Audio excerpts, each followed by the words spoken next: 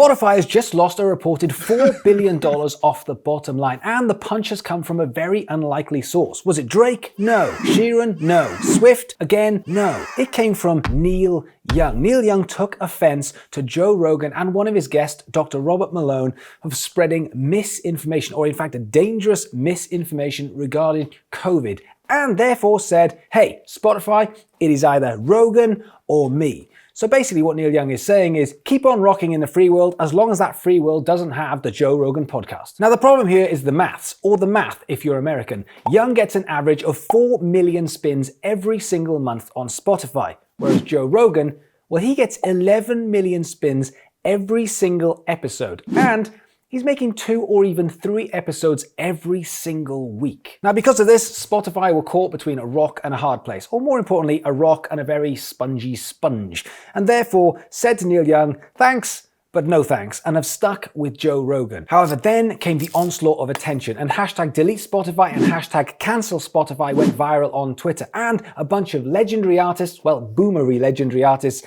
came out in support and said, hey, we stand with Neil Young, remove our music off Spotify as well. Joni Mitchell, Nils Lundgren, and David Crosby all asked for their music to be removed from Spotify. However, David Crosby had already sold his back catalogue, so couldn't really keep up his end of the bargain. And as yet, there has been no word from Coldplay. However, hope does spring eternal. But this is a music industry channel, so this is not about freedom of speech. This is about how this is going to affect the music industry and artists like you, whilst also using Joe Rogan in the thumbnail so I get more clicks.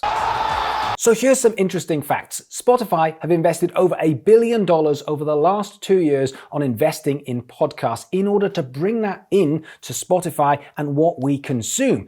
When it comes to Joe Rogan, he is the jewel in the crown, and if you want to advertise on the Joe Rogan podcast, it will cost you over $1 million. And Joe Rogan is podcasting up to 2 to 3 times every single week and doing up to 3 hours for every show. That's a lot of wonga. So up until now, Spotify has been a growing company. And as long as Spotify grows and everyone plays ball, everyone is happy. The problem here is what happens when it stops growing.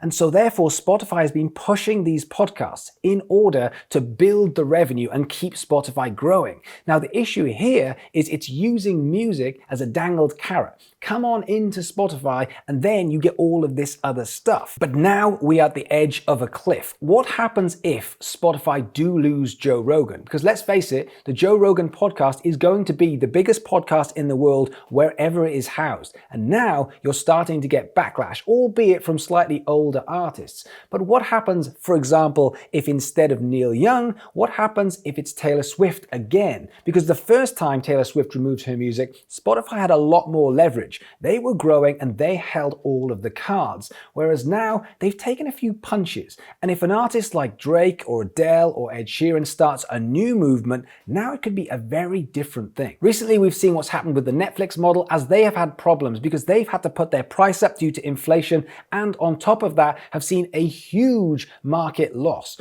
That could easily happen to Spotify. And then there's the labels. So in order for Neil Young to remove his music off Spotify, his label, Warner, one of the big 3, will have to have had some say in it. So why have they done that? Is it because they have got some political move up their sleeve for the next renegotiation? Or is it because they recognize an artist like Neil Young is probably better off selling physical product because of its listeners?